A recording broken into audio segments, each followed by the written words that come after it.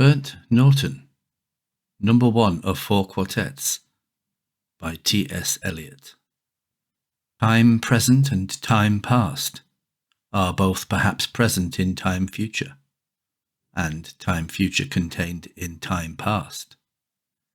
If all time is eternally present, all time is unredeemable. What might have been is an abstraction, remaining a perpetual possibility, only in a world of speculation. What might have been and what has been point to one end, which is always present. Footfalls echo in the memory, down the passage which we did not take, towards the door we never opened, into the rose garden. My words echo thus in your mind, but to what purpose? Disturbing the dust on a bowl of rose leaves, I do not know. Other echoes inhabit the garden. Shall we follow? Quick, said the bird, find them round the corner. Through the first gate, into our first world.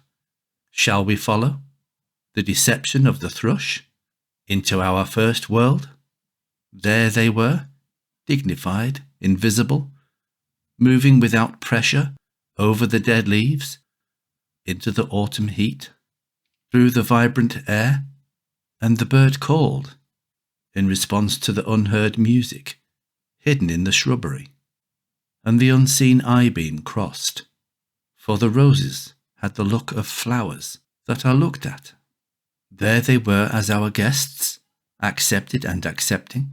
So we moved, and they, in a formal pattern, along the empty alley, into the box circle, to look down into the drained pool. Dry the pool, dry concrete, brown-edged, and the pool was filled with water out of sunlight.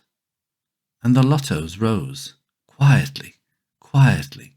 The surface glittered out of heart of light. And they were behind us, reflected in the pool. Then a cloud passed, and the pool was empty. Go, said the bird, for the leaves were full of children, hidden excitedly, containing laughter. Go, go, go, said the bird. Humankind cannot bear very much reality. Time past and time future, what might have been or has been, point to one end, which is always present. 2. Garlic and sapphires in the mud clot the bedded axle tree. The trilling wire in the blood sings below inveterate scars, appeasing long-forgotten wars. The dance along the artery, the circulation of the lymph, are figured in the drift of stars. Ascend to summer in the tree. We move above the moving tree, in light upon the figured leaf, and here upon the sodden floor below, the boarhound and the boar pursue their pattern as before, but reconciled among the stars. At the still point of the turning world, neither flesh nor fleshless, neither from nor towards, at the still point, there the dance is but neither arrest nor movement, and do not call it fixity, where past and future are gathered, neither movement from nor towards, neither ascent nor decline. Except for the point, the still point, there would be no dance, and there is only the dance.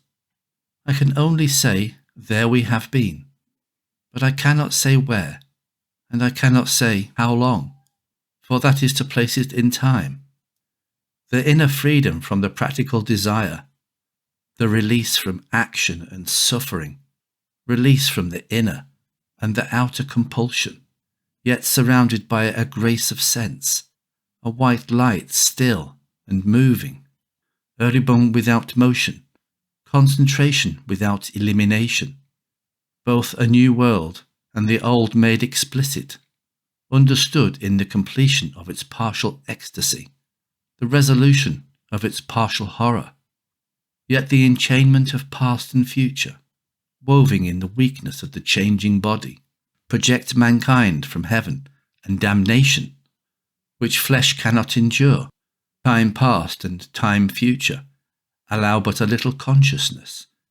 To be conscious is not to be in time, but only in time can the moment in the rose garden, the moment in the arbour where the rain beat, the moment in the draughty church at smokefall be remembered, involved with past and future. Only through time is conquered.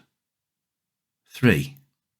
Here is a place of disaffection, time before and time after, in a dim light, neither daylight investing form with lucid stillness, turning shadow into transient beauty, with slow rotation suggesting permanence, nor darkness to purify the soul, emptying the sensual with deprivation, cleansing affection from the temporal, neither plenitude nor vacancy, only a flicker over the strained time-ridden faces, distracted from distraction by distraction, filled with fancies and empty of meaning, tumid apathy with no concentration, men and bits of paper whirled by the cold wind that blows before and after time, wind in and out of unwholesome lungs, time before and time after, eructation of unhealthy souls,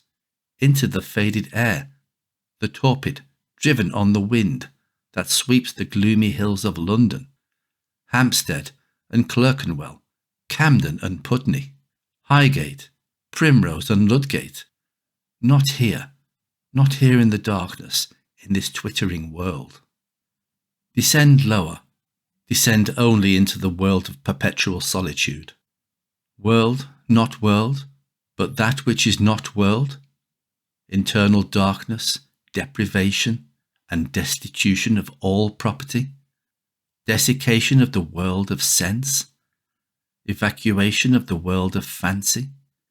Inoperancy of the world of spirit. This is the one way, and the other is the same. Not in movement, but abstention from movement, while the world moves in appetency on its metalled ways of time past and time future. 4. Time and the bell have buried the day. The black cloud carries the sun away. Will the sunflower turn to us? Will the clematis stray down, bend to us, tendril and spray clutch and cling? Chill fingers of you be curled down on us, after the kingfisher's wing has answered light to light, and is silent. The light is still, at the still point of the turning world. 5.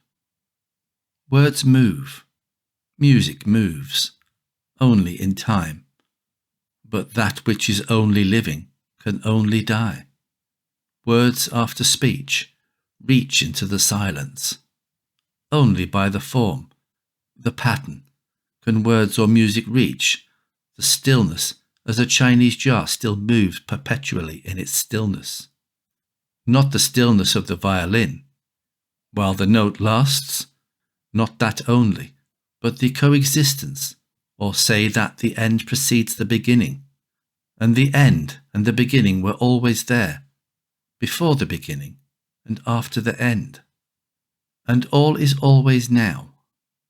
Words strain, crack, and sometimes break, under the burden, under the tension, slip, slide, perish, decay with imprecision, will not stay in place, will not stay still. Shrieking voices, scolding, mocking, or merely chattering, always assail them. The word in the desert is most attacked by voices of temptation, the crying shadow in the funeral dance, the loud lament of the disconsolate chimera. The detail of the pattern is movement, as in the figure of the 10 stairs. Desire itself is movement, not in itself desirable. Love is itself unmoving, only the cause and end of movement, timeless and undesiring, except in the aspect of time, caught in the form of limitation, between unbeing and being, sudden in a shaft of sunlight, even while the dust moves, there rises the hidden laughter of children in the foliage. Quick now, here, now, always. Ridiculous the waste, sad time, stretching before and after.